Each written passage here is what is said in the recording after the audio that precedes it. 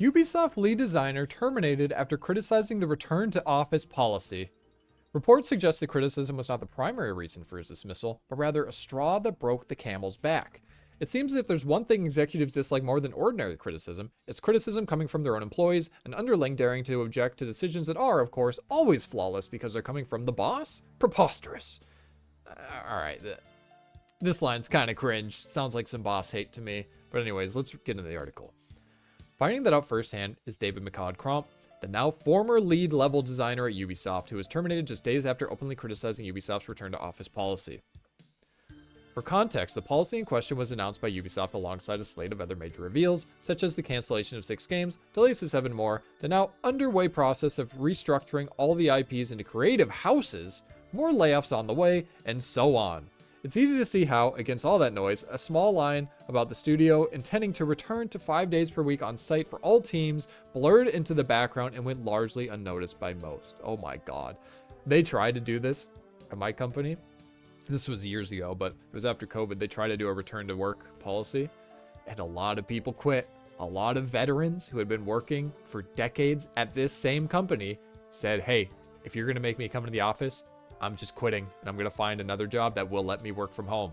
Because programmers, you can do 99.999% of your job from home. Sometimes maybe you have to go in, set up a server, set up a computer, set up a test station. Maybe, very rarely, all your work you could do from home. You can just video call with people if you need to, Teams chat. Everyone just uses Teams in corporate world and programming world. Everyone just uses Teams. People just message each other on Teams, do video calls. You don't need to go in the office. Like, this has been determined. COVID has solidified this is the case, that you don't have to come into the office to be productive. That actually people like working from home, and they do their job just fine from home. And you can, the funny thing is people will say, people play devil's advocate. A lot of people who are envious of people that have work from home positions will say, oh, well, you just jerk off at home and don't do anything. It's like, if that was the case, you just get fired. Like if you're a programmer, you can see exactly what everyone's doing. You know, there's a repo, people have to branch off for the main code. You can see every time everyone does something in the code. You can see if someone hasn't done anything for months. Like, you can have checks in to see if they haven't written a line of code in a month or two. You can see that. Like, it's all recorded in the repo. So it's just not true at all that people like who don't come into the office just won't do their job. Like, if they did that, they would see that they're not doing anything and just fire them. But it's not even the case. People who work from home, a lot of times they get a lot of shit done or more shit done because they have more time to work, because they don't have to commute, they don't have to drive, they don't have to deal with all the office noise, mingling at the water cooler. They just get into their office at home and work. So yeah, people like working from home. And yeah, I respect this guy for speaking up and saying, hey, why aren't you letting us work from home anymore? This is bullshit. So let's get back into the article. Naturally, if there was anyone who'd notice it, it was Ubisoft's own employees, with McCod-Cromp being one of them. On LinkedIn, he shared his take on the policy, saying it had nothing to do with efficiency or collaboration, and was instead driven by more self-centered reasons, suggesting via the video he linked that it ultimately came down to real estate concerns and the desire of the company's echelon to preserve traditional hierarchy that remote work puts pressure on. I assume what he means by this is in a corporate setting, you have the office building that they're leasing or renting or whatever, and the higher ups, they sit in their nice fancy offices, and then the peasants, the lowers, they sit in their cubicles, and that creates this traditional hierarchy.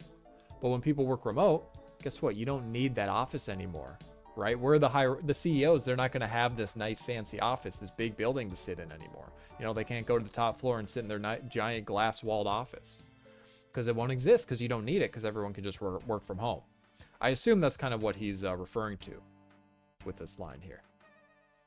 That, however, did not go over well with Ubisoft's higher-ups. After the LinkedIn post gained some traction, McCod-Cromp was hit with a 3-day unpaid disciplinary suspension, which he openly stated that was presented to him as being related to public comments I expressed regarding the company's return to office policy and based on alleged breach of the duty of loyalty. Really? The duty of loyalty at their company? You can't even criticize their shit publicly? Professional update, Ubisoft informed me today of a 3-day unpaid disciplinary suspension effective tomorrow. The measure was presented to me as being related to public comments I expressed regarding the company's return to office policy and based on an alleged breach of duty of loyalty. I am sharing this information for transparency purposes. I take note of the decision and will make no further comment at this time. Okay, very professional. I mean, young white dude. I relate to your struggle, man. His transparency in publicly disclosing the suspension was apparently not what the studio anticipated. As just 3 days after the suspension ended, David announced that he had been terminated altogether, opting not to discuss internal details or circumstances and stating only that the decision to part ways with Ubisoft was not his. Today I was terminated by Ubisoft, effective immediately. This was not my decision. I won't be discussing internal details or circumstances. I'm taking time to regroup and will share next steps when appropriate. Okay, very professional. Extremely professional. Sounds like a lot more professional than the higher-ups at Ubisoft. In a statement to the press regarding David's dismissal, Ubisoft neither explicitly confirmed nor denied that his comments were the cause, leaving the remark intentionally or otherwise open to multiple interpretations. Okay, it was obviously the cause. They didn't like the publicity, and they clearly wanted everyone to come back into the office, and they saw that he was kind of a major resistance fulcrum, so they just cut him out. Like, that's what happened. So they're just lying. But anyways. What did they say exactly? Sharing feedback or opinions respectfully does not lead to a dismissal. Well, clearly it does. The studio told game developer, "We have a clear code of conduct that outlines our shared expectations for working together, safely and respectfully, which employees review and sign each year. When that is breached, our established procedures apply, including an escalation of measures depending on the nature, severity, and repetition of the breach." That's crazy. So it was a one-time tweet. Or no, it wasn't even a tweet. It was on LinkedIn, which is a professional, like, business. It's basically Facebook for working professionals, if you don't know what LinkedIn is. So yeah, it sounds like this is just bullshit. He did one, like, post on LinkedIn. So it wasn't repetitive. It was a one-time thing. It seemed pretty respectful to me. He just disagreed with the policy. But they fucking gave him a 3-day unpaid suspension and then fired his ass. Interestingly, after the termination started making headlines, Insider Gaming reported that the designer had previously criticized Ubisoft CEO for putting his son in charge of Vantage Studios and slammed executives in general for swimming in millions of dollars while ordinary employees bore the consequences of their poor decisions, making it appear that Ubisoft's leadership had simply grown tired of David's ongoing criticism. Okay, so he was a repeat offender. With the return to office dispute serving only as a straw that broke the camel's back rather than the primary reason for his dismissal. As for McCog Cromp himself, the designer is planning to take time to regroup and share more about his future plans at a later date in a separate statement to Kotaku. Oh god, why are you talking to Kotaku, man? He addressed the work from home versus remote work. I mean, this is a debate that's been happening for decades, and it's just undeniably true that work from home is totally fine. The only people that don't like people working from home are the people that can't work from home because of envy. That's why. Let's be real. Everyone who is against the work from home policy is only against it because they don't work in a field, in an industry that gives them the privilege to work from home.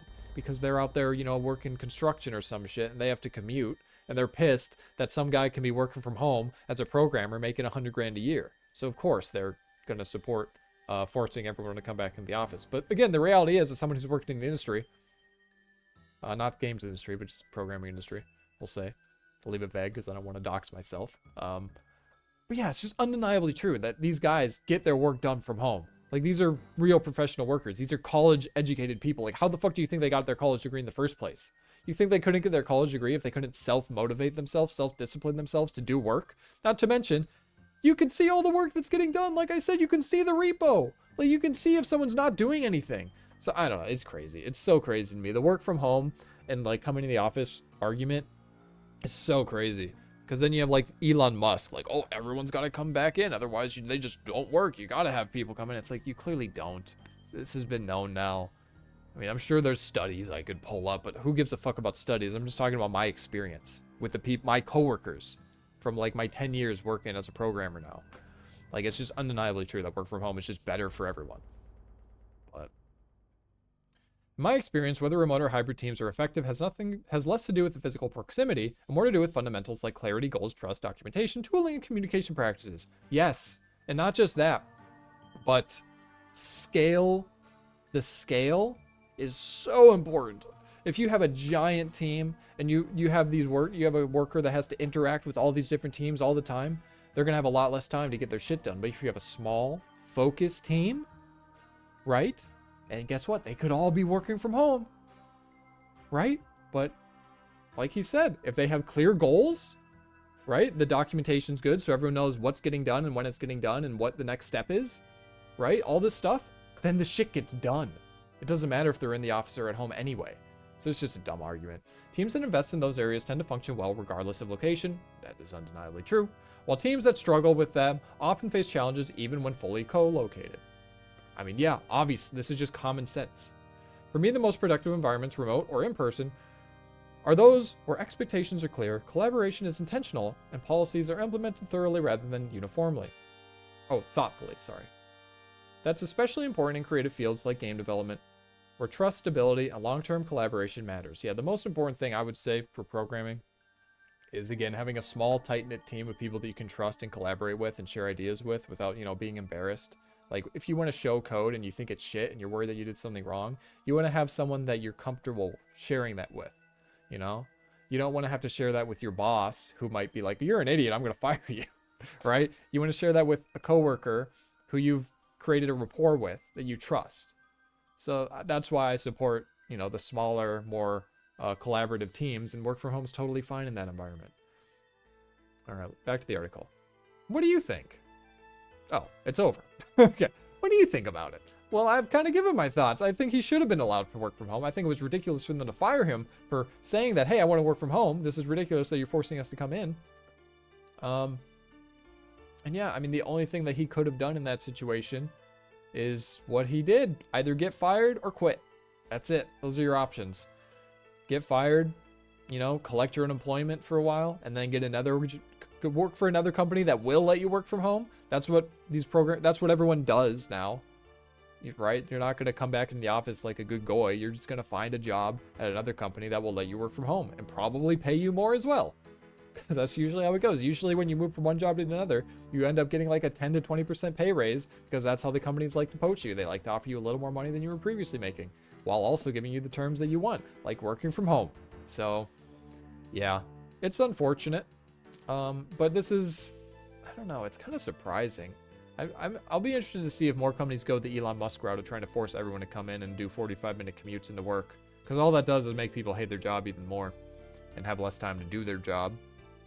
But, yeah, let me know what you think. I'm curious what people who aren't in the programming field think. People who, don't work from home think about this. But that's all I have to say about it. So, like the video if you liked it, dislike if you dislike it, subscribe if you want to see more videos like this, and thanks for watching. Peace!